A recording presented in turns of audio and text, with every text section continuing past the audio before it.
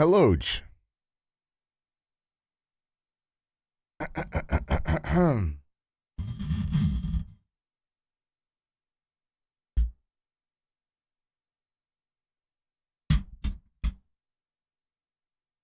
Hello, everybody. It's me, your boy here. Oh.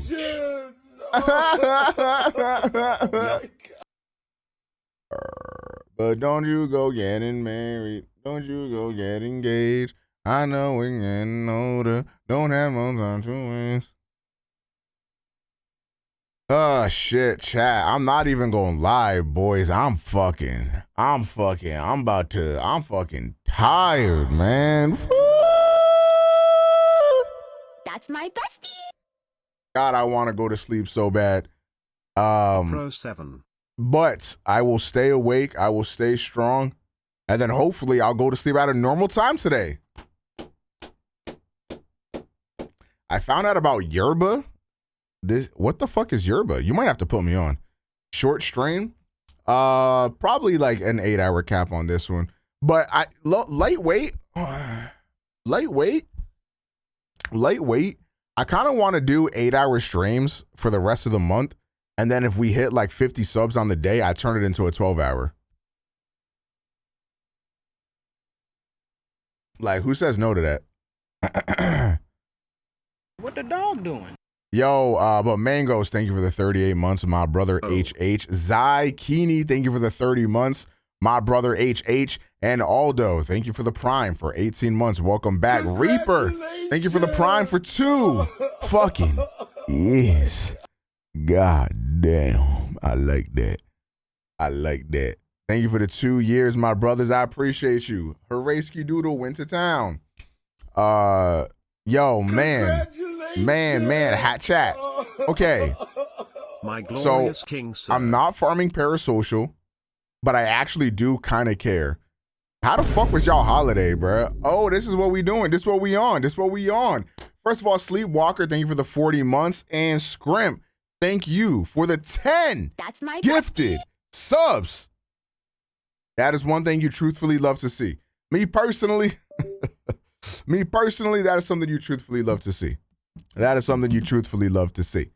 It was the same as every year. I'm not gonna lie, man. I had a great holiday time away.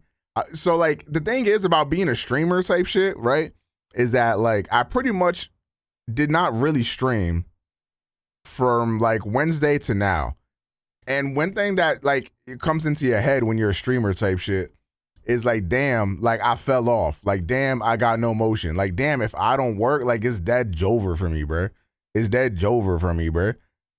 Damn, that shit look crazy, bro. I'm not gonna lie, that shit look like some holistic medicine type shit. So like that's kind of why I want to stream 8 hours a day for the rest of the month. So hopefully like recoup some of those costs from when I was away. But regardless, I had a great time though.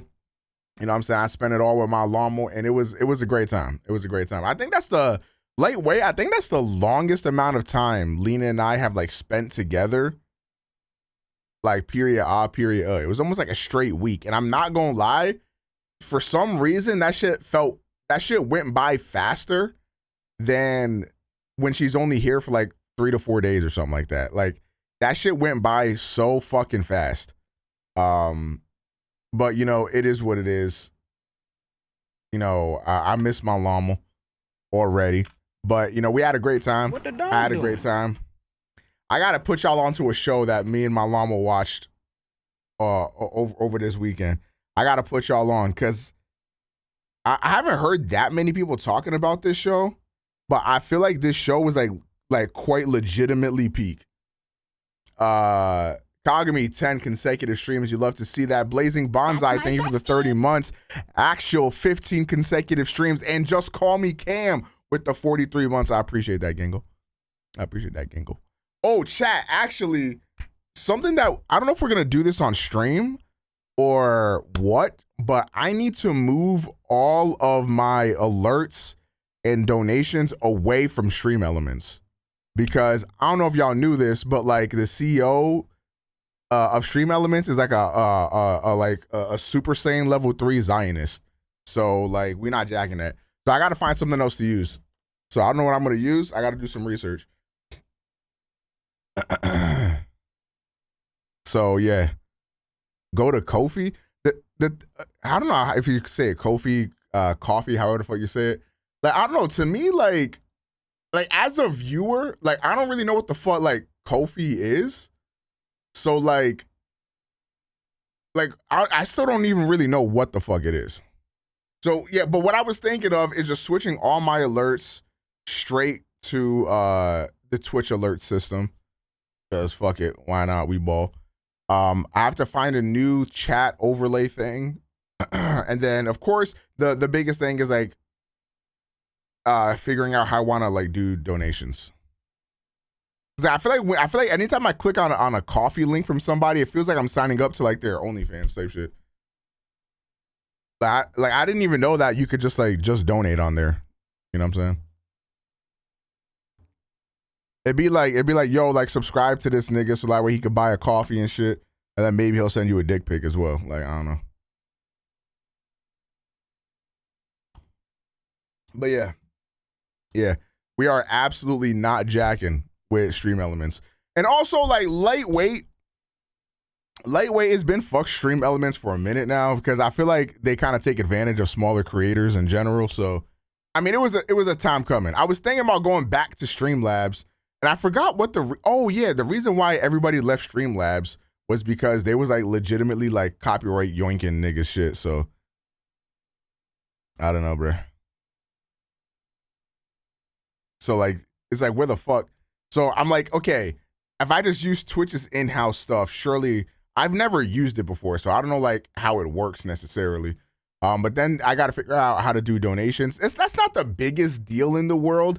I like low-key, lightweight thought about just like not even having a donate button because I feel like a lot of niggas don't really donate anyways.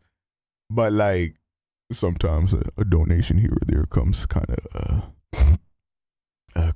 clutch. Felt insulted just looking at their sponsorship tab. Yeah, for Stream Elements. Yeah, it's horrible. Like as a more established creator, I have worked with Stream Elements.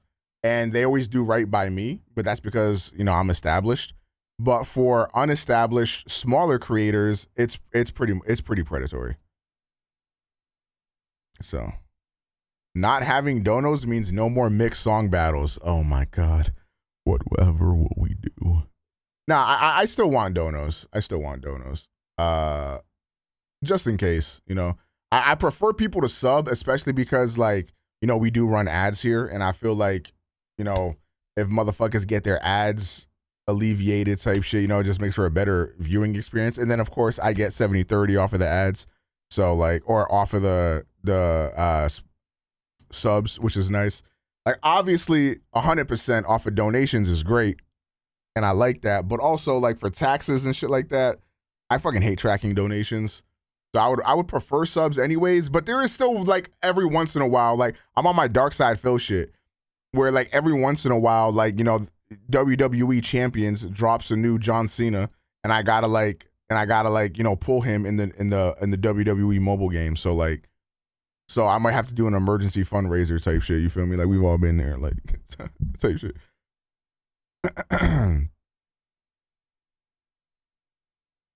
But yeah. So did y'all cop anything for Black Friday? I actually made a pretty big impulse purchase on Black Friday. Well, it's actually not even that big of a purchase because it was on a good sale. But y'all cop anything? You need to make ground on Rust 24/7. We shall see, my brother. We shall see. I know last time I played COD, I said I'm never streaming COD again. But y'all don't understand. I haven't been able to play COD in quite some time. Bunch of VSTs. Ooh, what'd you cop? Yeah, I saw you win these on Discord, Uber. So have you decided if you're going to keep them or flip them? Looks like these ain't even going for that much. Lightweight is just not even worth flipping.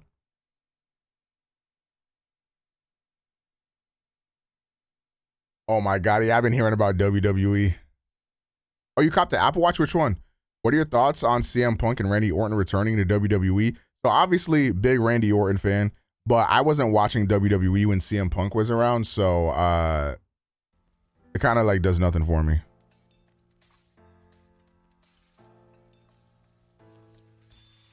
So I copped a Galaxy Z Fold 5. So this is my Galaxy Z Fold 3, right? This is my Galaxy Z Fold 3, right? And they were doing a promotion where they gave you $1,000 to trade this in. I bought this for like $400 or something. So I was like, sure, I guess I'll do that. So yeah, that says it's supposed to be here tomorrow, but it hasn't even shipped yet, so probably not. These are what I'm flipping. Oh yeah, this is what I saw you win. What size did you get?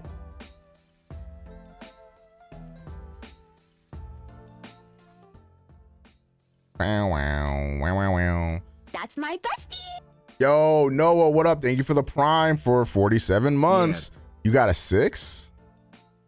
What was it? You got like a little con $500, 500 beans. So you're making like a little con 400, little con 400 off of that. That's not bad. Nah, Black Friday and Cyber Monday deals were not that good because even that Z Fold 5 deal that I took advantage of, even that one, that was just their normal trade-in price when the Z Fold 5 first came out. So it wasn't anything new or special. But since they brought it back, I was like, fuck it, we will.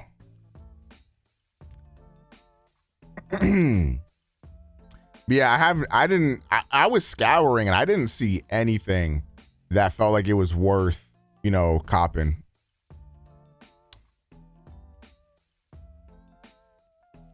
Because I feel like we're so hyper consumerist, you know what I'm saying? That like we just copping shit like off rip these days. I feel like not really waiting for sales.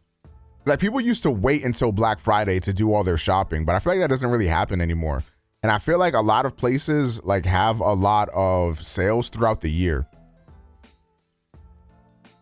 So yeah, I don't know. What the dog doing? Yo, Rocco, what up? Thank you for the 14 months. Oh, prob indeed. I did see that video where they was at a Target like looking at the TV prices, and then like they would grab the sale tag from behind it and it was the same price. Yeah, it'd be like that. That's why like I think it's important to like if you're shopping, particularly like online or some shit, like I'd be having them extensions that like tells you the price history of a product. And that's just clutch. So that way you know if it's actually a sale or not.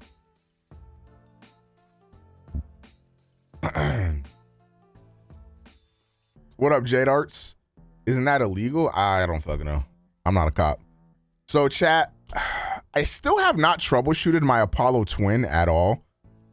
But I hooked up my Go XLR for today's stream because I was running into an issue with the DBX. Where like it was like doing that weird clipping thing. So now I'm on my Go XLR. So like, you know what I'm saying? Hooray. Type shit. It'd be like that. I copped a bunch of Miele products. Wait, is that the one that I use? I think Miele's what I use. If so, W. Yeah, it is. Miele be having me feel like a bad bitch. I'm not gonna lie.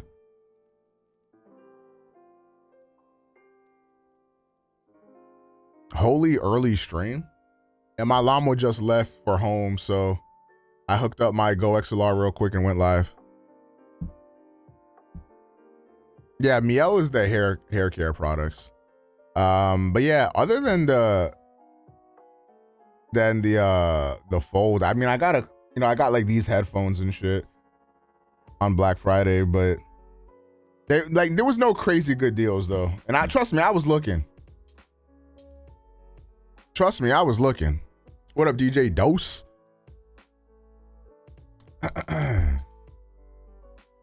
But what else? I feel like, oh, chat, I gotta put y'all on game to the best show that ever been made, bro. There is one big negative to it that I'll talk about in a second. The best show ever made. I don't know how many of you guys have Apple TV. Don't worry, I'll answer. It's fucking none of you. But there's a show on Apple TV called Severance. Okay? Like, if you know, you know. Bro, that show is crazy. I'm just going to give you guys a synopsis. I'm not going to get into any details because I don't want to spoil anything. So Severance is a show about a company that like made this technology pretty much that can like completely separate your personal life and your work life. So like what that means is like when you clock into work, you have no memories or recollection of anything about your life outside of that workplace. And then when you clock out, you have no memories or recollection of anything that happens at work. That's all I'm gonna say. Watch that shit. Now, the big fucking negative about this is that the way season 1 ends will have you scratching at your neck for more. And season 2 has not been announced yet. So that is the only negative right now but I must say that show is godlike and it is well worth the watch. That shit is peak fiction. It is called Severance. It is 9 episodes long. And my Lamla and I actually just started another show right before she left, also on Apple TV, called Silo. If y'all hip to this, y'all might, you know. But the premise, we're only 1 episode deep, so I don't really know like if it's actually good all the way through. But the premise of Silo is that like something happened on Earth that made like humanity pretty much end, right? So there was like this silo created, almost like a Snowpiercer, I guess you could say. So there was like this silo that's created, and this is where like all the rest of humanity is at. And the way that they tell the story is that like, oh, like 140 years ago, there was a big rebellion. And when the rebellion happened, the rebels like burned all the books, all the hard drives. So that way all of human history is like a big question mark. So now like all the people don't know anything about human history. All that they know is that it's dangerous outside. If you go outside, you pretty much like die instantly type shit. And that's the premise. And that shit seems pretty peak. So yeah. I'm not gonna lie, Apple TV might got the juice, bruh. Omega setting up W shows to watch after I finish Snowfall. W, yeah. Drake, my site has it. Oh yeah, my site also has it. You know what's crazy? I have Apple TV for free because I got the iPhone 15 Pro. I'm pretty sure like I've bought in like AirPods, like, you know, my Apple Watch. Like I bought a lot of shit that has like stacked on like pretty much a year's worth of free Apple TV, and I don't use it because the Apple TV like interface and all that shit fucking blows. Because me and my llama was watching this one show called fuck, I forgot what it was called. It's the one where like this lady, like her kid dies, and then she gets like a doll, and then she thinks that the doll is like a real kid or some shit. And we started watching that, and that shit was good, but Apple TV like literally doesn't, or maybe it does now, but it literally did not track what episode you left off on. So I was like, shrugged, like what's going on? Yeah, it's called The Servant. You need to lock in for Tubi movies. Watch Shrinking on Apple TV. I want to watch Shrinking and Ted Lasso, but they seem like comedy stuff, and I don't think Lena likes comedy shit like that. According to Variety, Severance season 2 was confirmed, but they don't have a release date for it. Well, I mean, it kind of makes sense because, you know, you had the whole writer strike or whatever. I mean, I would be shocked if we get the newest season in 2024 at all. So, you know, hopefully early 2025, but I don't know, like waiting that long for it's going to be tough. Godzilla show is also fire. I also saw the Godzilla show and I was like, I wonder if that's any good.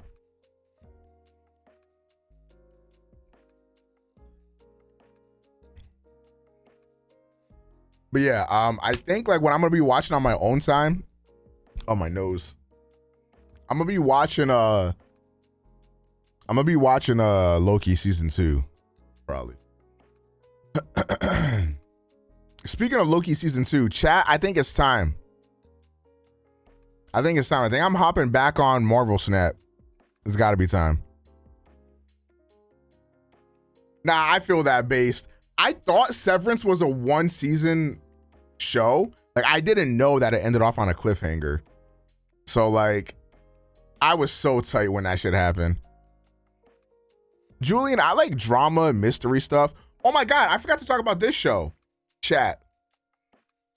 Fuck what the losers on Twitter are saying. The Scott Pilgrim Netflix cartoon is like mad fire. Like, have you guys watched that shit yet? That shit was mad fucking good. Also, like, I swear to God, niggas on Twitter are the stupidest motherfuckers alive. There was like a whole hate campaign around the Scott Pilgrim thing because they kill off Scott Pilgrim in the first episode. But like, if you have any brain power whatsoever, you know he's not really fucking dead. Like, are you fucking stupid? It's good and very well made, but I can see the story gripes. So what are the story gripes exactly? I just thought it was fire. Like, you know what it kind of reminded me of? It kind of reminded me of, it's just fucking loud. It kind of reminded me of FF7 Remake, actually. Because, like, obviously you have the timeline of events that's, like, canon, that's, like, supposed to happen, right? And, like, the show plays into that. And I thought it was really nice. I liked it.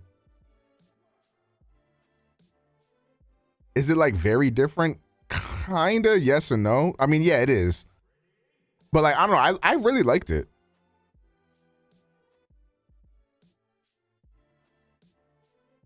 Too bad you're joining Marvel Snapback during a nihilist meta.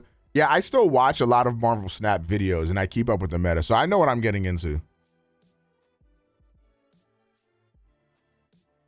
What is the season pass card for this season?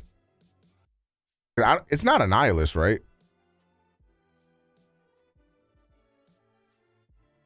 They're mad it's not the same story for a third time and a woman. Oh, Miss Marvel? Yeah, I'll probably get Miss Marvel then.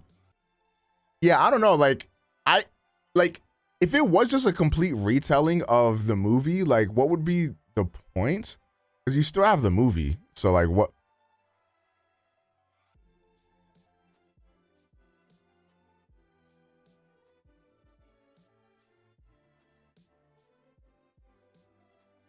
I always love the Scott Pilgrim movie, but after watching the anime, it's far superior. I think they're both great in their own rights. Have you checked out Blue Eye Samurai on Netflix? No, I have not.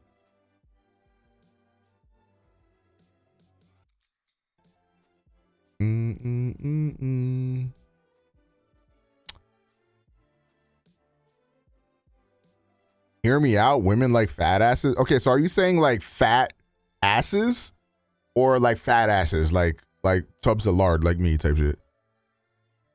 What if all of us ugly dudes invested time into making our asses fat, thus making us more desirable? Boom, I just cracked the code. Okay, you first, bro. Let us know how it goes. My ass fat and I'm still lonely, so theory debunked. Well,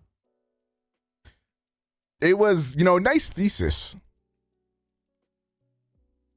Did you watch You on Netflix? If so, how did you feel about season 4?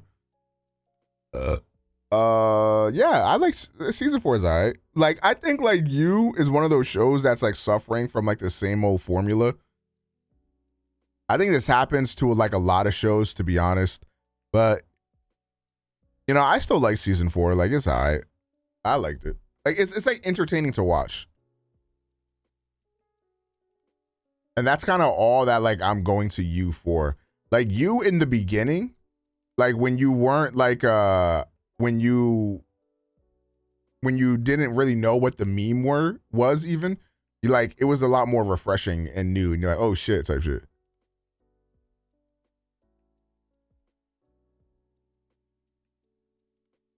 The mid-season break also ruined You season 4 momentum.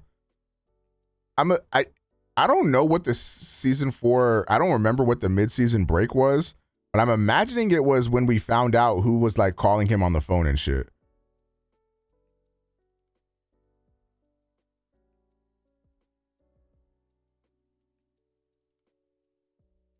I like it aside from the love interest in season 4 because I can't tell you much of anything about her. I think the love interest in season 4 playing out the way it played out, I think made the least sense out of all of his love interests. I don't know. I did like the twist of like who the bad guy was, I guess. Trying to keep it vague. What up, David? Gotta end this break between season shit.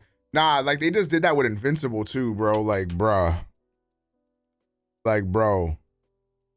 Give me the fucking season, man. Lots of new boxes behind you. Oh, yeah. Yeah, my fucking room is a mess. So a lot of people mad at the mid-season break because, like, I feel like I just feel shitty, man. I hate mid-season breaks.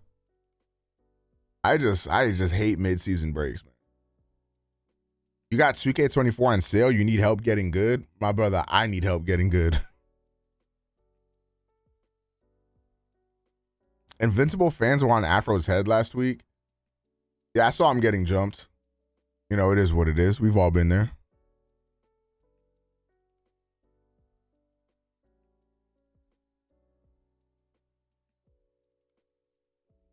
I just think that, like, the pacing of Invincible,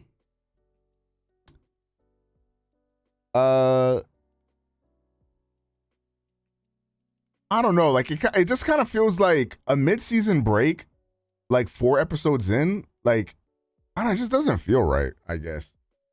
I think, like, where they ended off at, I think makes some sense. Like, I can buy that. But, like, I don't know, bruh. I feel like it was just getting good.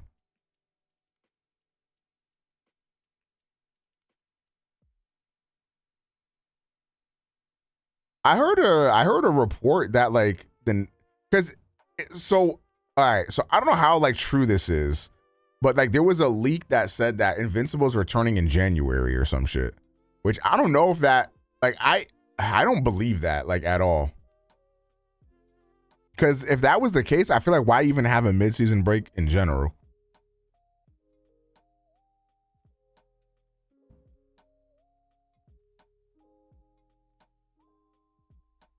And I feel like I think it's especially worse. I think it's especially worse for Invincible because we waited like so long for this next season to come out. And then we got that one teaser trailer, and then, like, you know, season 2 did not look like that season trailer. So I think a lot of people were upset about that, which I didn't really mind. I honestly don't really give a fuck about that. I'm going to be honest with you. But, like, I see the concerns and I see why people were upset about that shit. But, you know, waiting so long to get, like, 4 episodes and then, like, having to wait who knows how long for the next 4, it's like, damn. Like, I feel like if you were gonna make us wait, like, how long has it been? Like, what was it, like 4 years since the first season of Invincible or something? Make us wait an extra 6 months to get the whole season then. Listening to the dulcet tones of your voice. Good morning, all. I will not be chatting. Tindo, thank you for the 23 months. 1 month away from 2 years, my brother. I appreciate that. And enjoy the lurk. Yeah, like, we waited so long for Invincible. I think everybody would have just rather waited an extra, like, 6 months or something to get the entire season nonstop.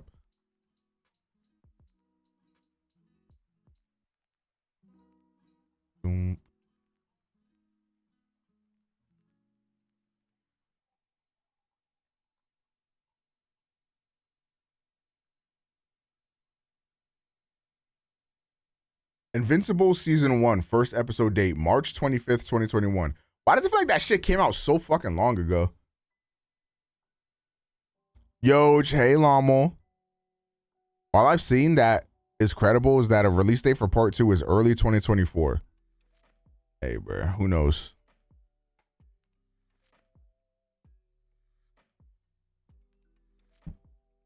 Lockdown ruined our sense of time. Lockdown finna ruin your sense of life.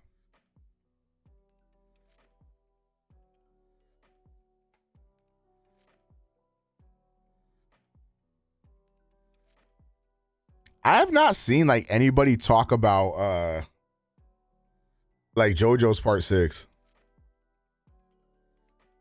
You plan on pulling a 10-hour banger today? I don't know. We'll see. I'm very tired.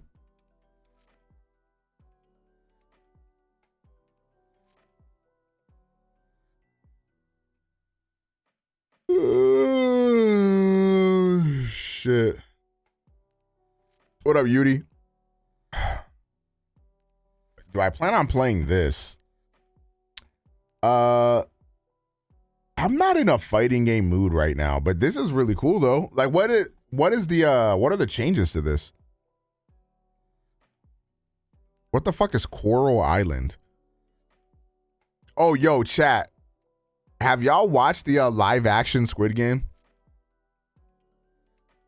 I'm not gonna lie, shit is like lightweight entertaining. Stardew Valley on Xbox? Isn't Stardew Valley on Xbox?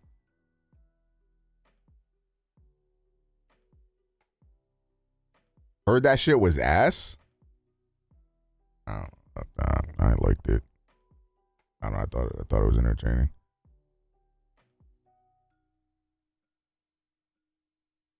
They got tattooed green-haired girls in this.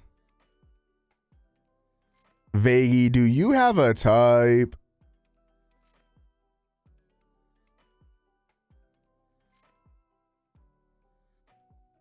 I can't make it past the first episode. Show ain't meant for me. I think they do some interesting things in the show because, like, you think that it's just going to be like, because like the way it starts off, you think it's going to be like the regular Squid Game show, but like nobody dies. But I think they add in some like quirky little twists and turns here and there, and I think like some of the contestants are pretty entertaining. You see that girl's TikToks about the Squid Game show? No, I have not.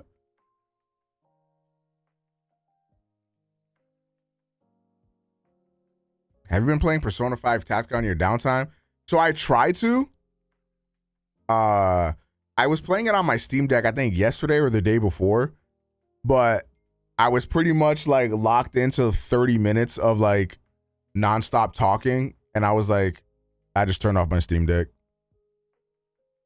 Which is like, you know, it's whatever, but like I wanted to like play a game, so.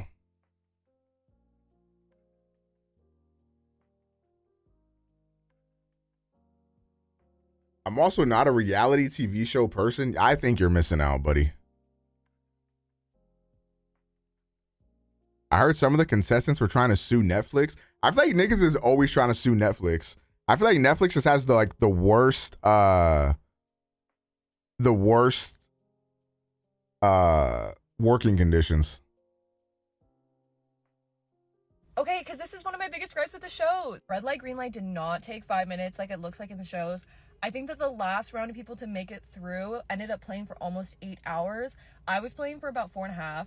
But every single time that they stopped the clock, I mean, we were standing there for like between 20 and 45 minutes, and I know because I counted the seconds because I was like, okay, I'm gonna have to pass the time. So they show that girl in the squat, and it's like, okay, she can't hold a squat for like 10 seconds or whatever. No, it was literally like probably 30, 45 minutes, however long she was holding that squat for. I think it's so lame that they didn't show that aspect because it would have made watching the game that much more interesting, and if they had talked about how cold it was too. This is me after passing red light, green light, and your girl was cold. Someone from production told us afterwards that it was 24 degrees, and we were literally just wearing those green tracksuits and like slip-on bands.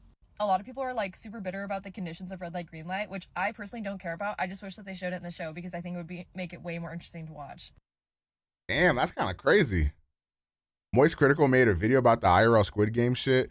I'm gonna be real, bro. I don't give a fuck about Critical.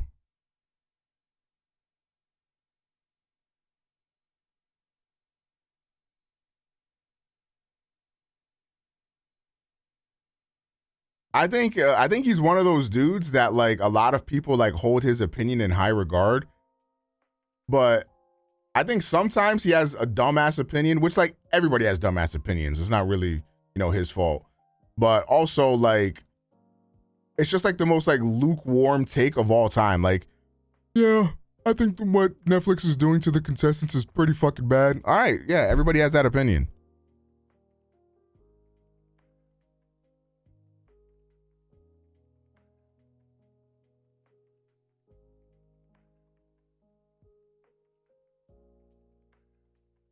That's my bestie. Oh, Q, thank you for the Prime for 35 months. I appreciate that, homie. Critical is the ultimate centrist. That's how I feel, man. And like, I'm not gonna lie, bro. Certain videos that he chooses to make, I think are corny. Like, I get like, he's got to cover the hot topics. It is what it is. But like, I'm sorry, like, I'm still like pressed on this. Like, if you were like legitimately trying to say that like Pokemon was calling niggas poor type shit, I just think you're stupid. Like, I'm sorry, I just think you're an idiot. And trying to make that a big fucking point of drama or whatever was the stupidest shit I've ever seen niggas on Twitter do. It is what it is, but whatever. I just think that was so fucking dumb. You want to see the little profile I made for the podcast? Link it, daddy. Let's go further. Calling people poor is okay. Poor shaming is a good thing. I know you're joking, but like that's literally not even what Pokemon was doing. Like, oh my god, niggas like, but what about her fans, bro? Her fans are fucking LOLing, fucking Omega lolling in the chat. Like, her fans don't give a fuck. God, it's so annoying. Oh my lord. Wait, this is kind of peak.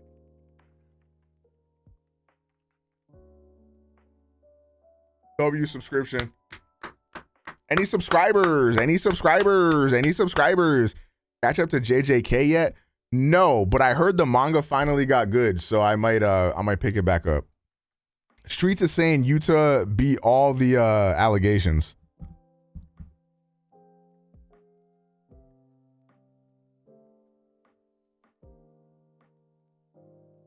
Sens is having people buy his $200 mouse without even showing what it looks like. No one is talking about that though. Yeah, there was also this FaZe guy that also made like a caffeinated candy bar, like literally the next day after Pokemon's cookies, and nobody said shit about that. Also, I feel like XQC is doing like some like borderline neurotic shit every fucking day. And like people say, oh hey, XQC did this, but like nobody like cares.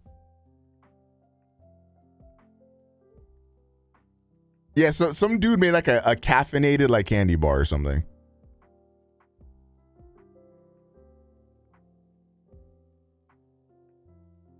Yeah, I think here's what I think happened to XQC. I think genuinely XQ, and this is me getting on my parasocial shit. That's what I'm seeing on the outside. I think generally XQC did not mean harm at first.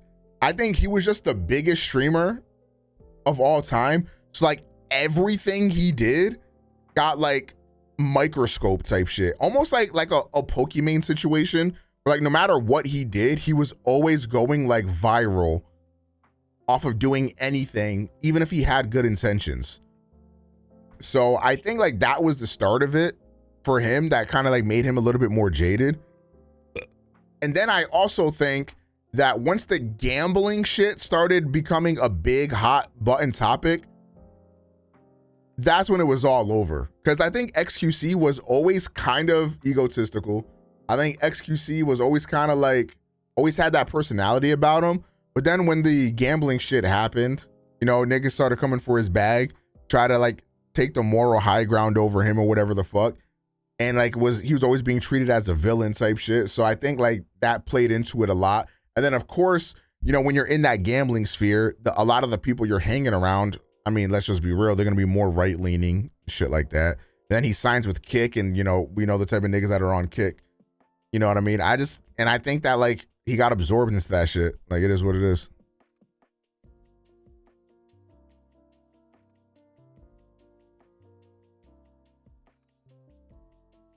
99% of the moral dorks would take the bag that XQC was getting. There's nothing you can, I disagree. Like, XQC was already like an unfathomably wealthy millionaire. Like, I just can't imagine like being so greedy to want just more in excess. Like, okay, I think if you're talking about content creators, then yes, I would agree with you, because I think content creators are very greedy and are always looking for more money. What I'm more so talking about is like the regular, like everyday person, because here's one thing you guys need to understand. Your regular everyday streamer or content creator is not the same as your regular everyday person. I think the regular everyday person may not be already a millionaire and then continue to do horrible shit to get even more millions. But if you're a content creator, I think pretty much nothing is off the table. And I think we've seen that time and time again. How much for you to take a gambling contract? At this point, the problem is that I have had like a stance against it, you know, so it would kind of feel like betraying myself and like all the shit that like I've tried to build on this thing. And genuinely speaking, the only way to get a gambling contract, or to get any contract like that, is to have some sort of motion, right? So if I already had motion, then I don't think I would take it. But if we're living in a imaginary hypothetical land of like, of me right now, I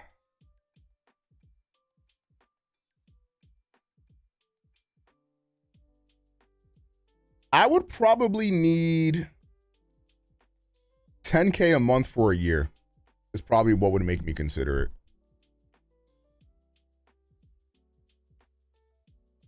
It would also probably depend on how much they wanted me to gamble. After taxes, yeah, let's call that after taxes. So what's that? Almost 200K probably. I've done worse for less. Me too, nigga. Me too. But the way that I'm thinking about it is I'm trying to think like, I'm trying to also think of like, what does my career look like after the gambling contract, right? Like, what does that look like? Because like, if you're gambling, like you're not really, at least to me, like, I know this is not true because like tens of thousands of people watch the gambling content, but I just can't imagine that being entertaining for anybody to watch. You know, so like the way I see it, like I'm pretty much taking a year off. Well, not even really, because I don't have to like full-time gamble. You know what I'm saying? I don't know, bro.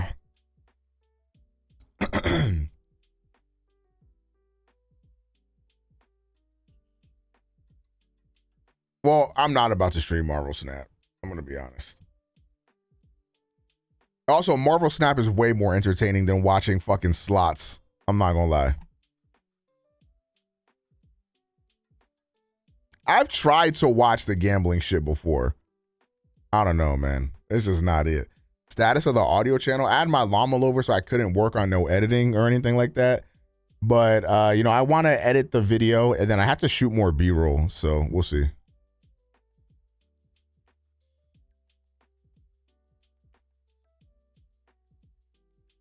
He's also about to stream Dokkan again. All right.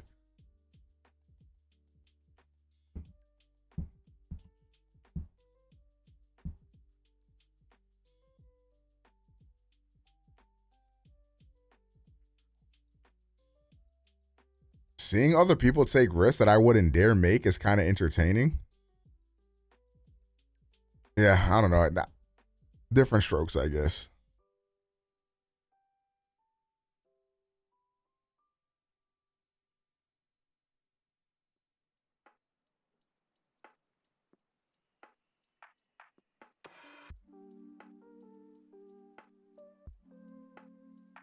I think like in order for me to have like a gambling addiction for something, I think there needs to be a tinge of FOMO in it, and it has to be something that like I want, right? So like gambling for monetary gain isn't enough for me, right? But like if we were gambling on like a fucking like Goku and Dokkan or something like that, like that's different. Because now I'm getting FOMO, you know, because I see other niggas running around with this Goku, and I'm like, damn, I kind of want that Goku. For shoes, nah, I don't really get FOMO for shoes because I already have so many other shoes and so many other outfits that I mean, at first, sure.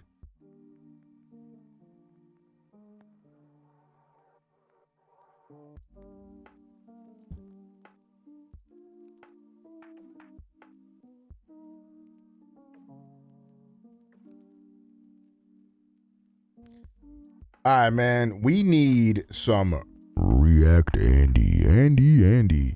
We need some React Andy. That shit.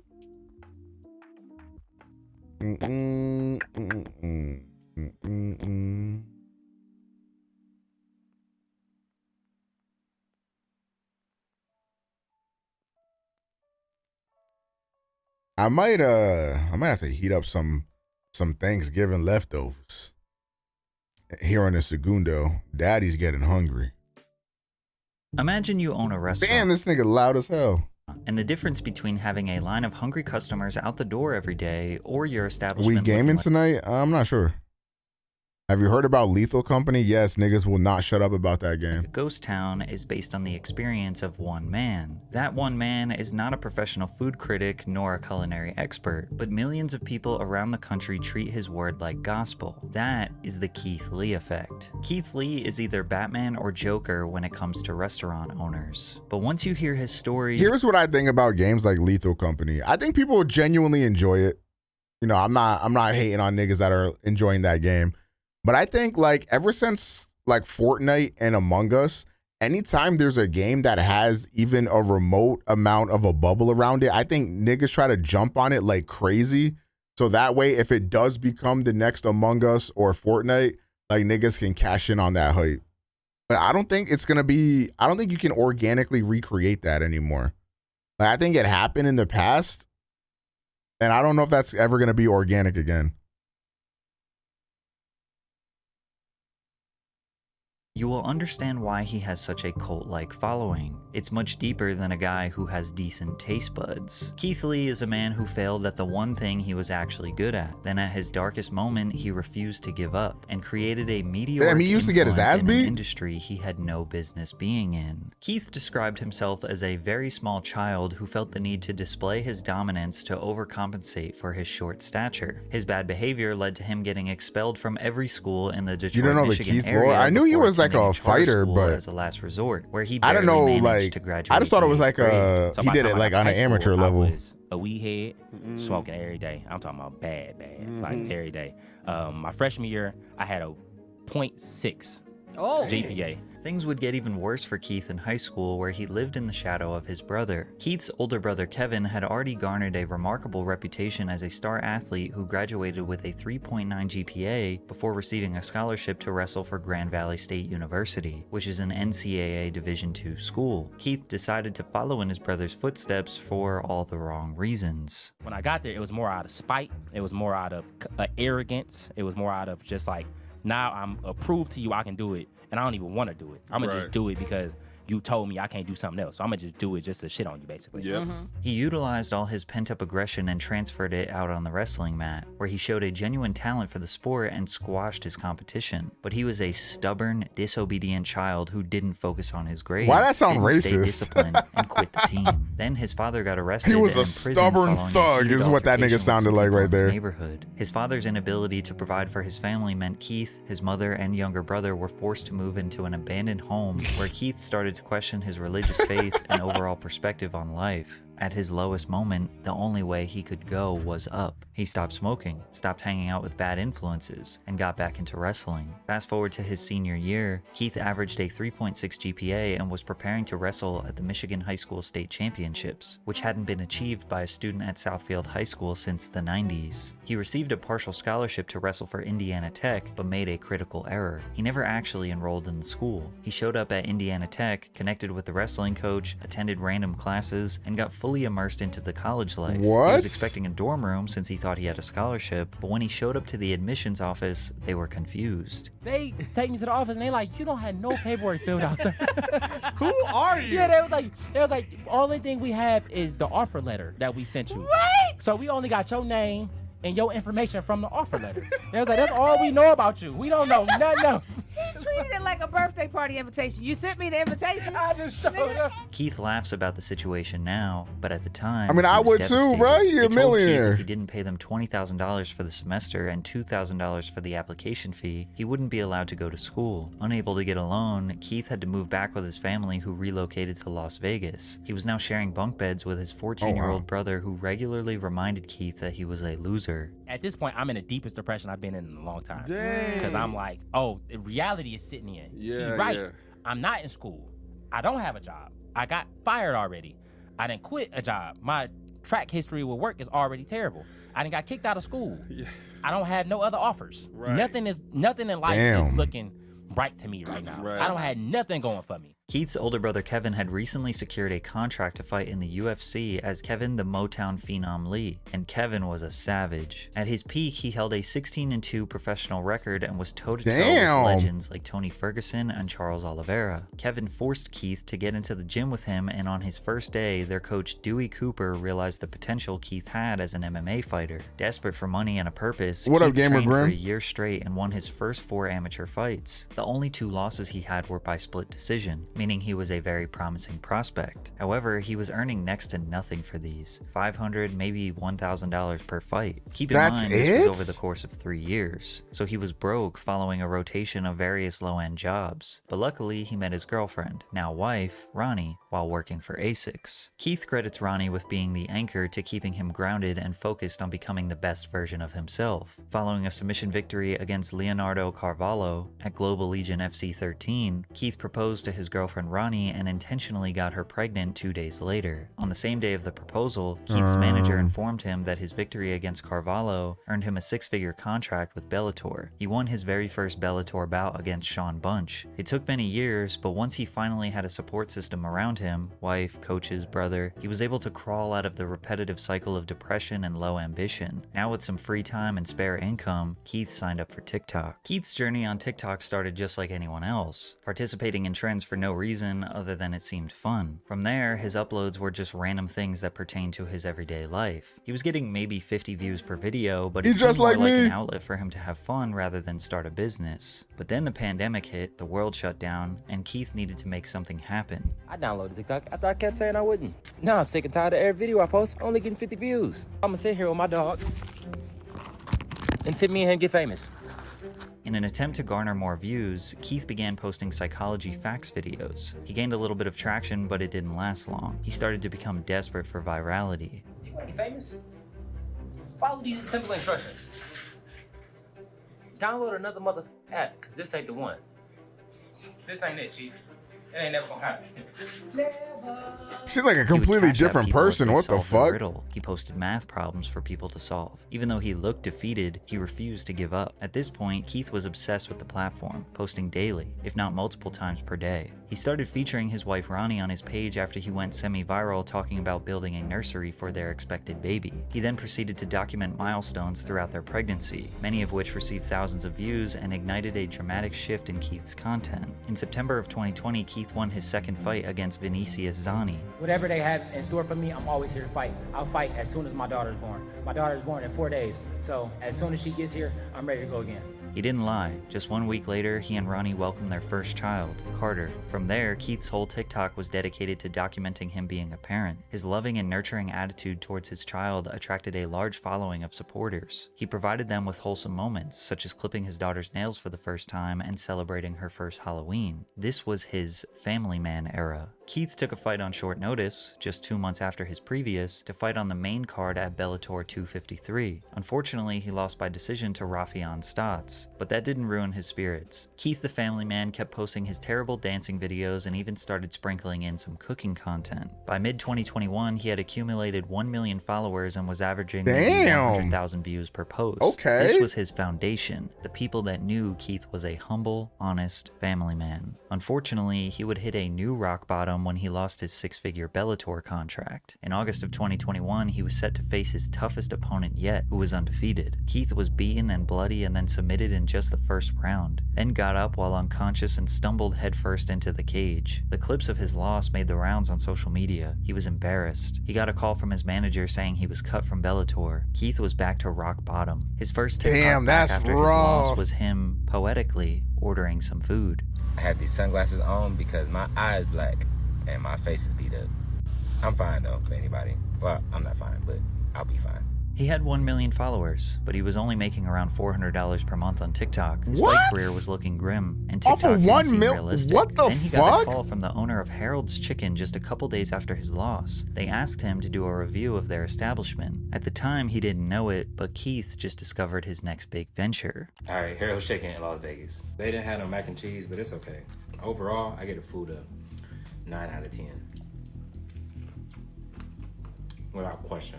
Following his review of Harold's Chicken, Keith made food reviews as a side quest on his page. However, his main focus was on family vlogs and cooking content. He was still largely referred to as the cooking guy, regularly being asked about his cooking content during interviews. In January of 2022, his wife became pregnant with their second child, and they desperately needed to find another source of income. He started doing more and more food reviews, but they weren't that organized, and he was very generous with his ratings. We are sitting outside of Firehouse Subs because today we are doing an official food review. This has the perfect amount of spice. Like my tongue is tingling a little bit. I got that feeling on my lips. You still taste all of the flavor.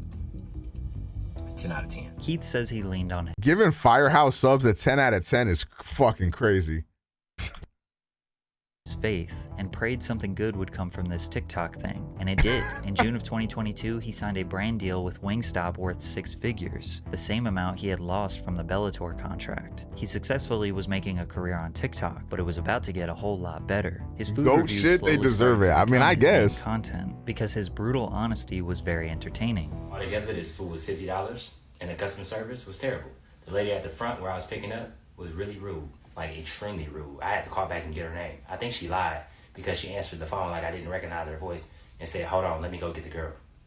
You the girl." Then in October, the popular YouTube channel People vs. Food approached him to collaborate on their channel, and he accepted. This channel has over 12 million YouTube subscribers, and he knew the exposure would help his TikTok career immensely. By the way, double check if you're subscribed to my channel. I asked my wife what I should post on my page to make people not only come and watch, but actually follow, and we decided to post one full review every day. The first got like 11 million views. From there, Keith's entire content shifted to strictly food reviews. He has only been doing it full-time for 1 year at this point, but he never could have predicted what was about to happen next. While most high-profile food critics only pay attention to high-end restaurants that are too expensive for most, Keith shifted that focus onto affordable, small, family-owned restaurants that were easily accessible to the public, or fast food / popular affordable food chains. He even went out of his way to give a chance to establishments that were struggling financially. However, Keith doesn't consider himself a food critic. His reviews feel and look like one of your friends giving you a casual breakdown. A typical review would be him ordering 3 or 4 different items on the menu, like a family of 4 would, then tasting every single item and rating it from 1 to 10. He often throws in other notes like their customer service or additional information that is relevant to the experience. I got it. Let's try it and rate it 1 through 10. I spent $23. I wonder what he would do if you went to like one of them struggling mom and pop restaurants and like the food was like truthfully atrocious. Like I'm assuming he just doesn't publish that video. Cause like you would like, they would be out of business if he did that. On 3 bao buns and a drink. But bro, that's what they look like. Customer service, delightful. When a brand ruins the meme.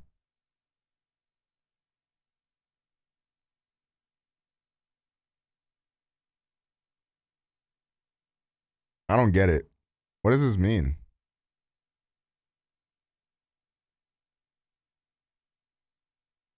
It was a very short interaction, but the guy who worked at the front was really nice. And the actual building itself, very aesthetically pleasing. It made me want to eat. Wait a minute, bro. Personally, it was lacking spice, so the add of the salsa took the tacos itself from a 9 to a 9.7. That's one of them ones. Even when he gives a negative review to the food, he will provide more context so it doesn't come off as unfair. He often goes out of his way to leave massive tips, sometimes hundreds of dollars to workers that give him good service. Since he had already built a strong foundation during his family man era, there wasn't necessarily one viral review that changed his life. His growth has been steady, and along the journey, his audience latched onto his down-to-earth attitude, unwavering love for his wife and kids, and dedication to God. But even if you don't know about his past, after watching a few videos, you can just feel he is a kind and genuine man. They didn't care about Keith not being technically qualified nor having a depth of culinary knowledge. He thinks what sets him apart is his values. I stand on my integrity, I stand on my values, and I don't allow those to be wavered or to be shook no matter the amount of money, the opportunity, or the people I'm surrounded by. With nearly 10 million loyal followers, a full-time dedication to quality reviews of local or less popular restaurants, a phenomenon dubbed the Keith Lee effect would take over Las Vegas, then all over the USA. One of the first beneficiaries of the Keith Lee effect was a local food truck called 303 in the Cut. In November 2022, Keith's review blew up and garnered over 35 million TikTok views since its initial upload. Keith confirmed this is not a downfall video. Was a 10 out of 10, and the next night, 303 had people waiting in line for over an hour, wrapped around the corner for their food. The owner said they doubled their income in one day, and it stayed that way for over a year. Never heard of this guy before this video? You've never heard of Keith Lee before this video? I actually don't believe that. I think you're trolling. I like don't think that's like possible. If you like are on any social media, I don't know how that's possible. Frankincense made headlines for attracting lines around the block because Keith gave their wings a 10, pizza a 9.8, and garlic knots a 9.2. However, it wasn't just the food. It was Keith's interaction with the owner, Frank, that made people want to support him even more. If I don't like the food, I gotta tell you, I'm not trying to be malicious. And he was like, I'm gonna be real with you too. I need help. Yeah, that hit me here. He said the food is delicious. He has great reviews on Yelp. The only bad reviews is that he don't close the time it says that he closed on Google. The time it said he closed on Google is 1 a.m. He was like, I literally can't afford to open that late because we don't get that much business. Frank, if you watching Monzel, thank you for the 34 months, my boy. From what I saw. Welcome back. I appreciated your time. Hooray! Let's try this food. According to Frank, Frankincense had to hire 23 new team members in the 6 weeks following Keith's review. Twitch and is had mixed guests social from media. all over the world patiently waiting crazy. for over 3 hours for his pizza. Frank said he was thankful that Keith helped his business and the overall community at large in Las Vegas. Yasser Zermino, owner of Aroma Latin American Cochina, asked Keith to come review their restaurant through email. Keith gave all 5 different items over a 9, including the Oaxaca sandwich, which he said was the best he had ever had in his life. The owner said, "We went from not being able to pay the bills to now having to hire people to come and help us." Other Vegas-based businesses that Keith reviewed have seen instant growth, like Caribbean restaurant The Pink Potato, or Southern Taste Seafood, a food truck that went from making $200 or under a day to seeing a 900% increase in revenue in the days following Keith's review. But his impact wasn't just on small businesses. Even Chipotle, the fast casual chain that generated $8.6 billion in revenue in 2022, saw the benefits of the Keith Lee effect. In early 2023, a reviewer named Alexis Frost posted a review of a menu hack, an order of a steak quesadilla with extra cheese and fajita veggies that fans say tastes like a Philly cheesesteak. Keith reviewed it and gave it a 9.8. Then chaos ensued. Chipotle workers all over the country were overwhelmed with the tens of thousands of people coming in to order this hack. One employee said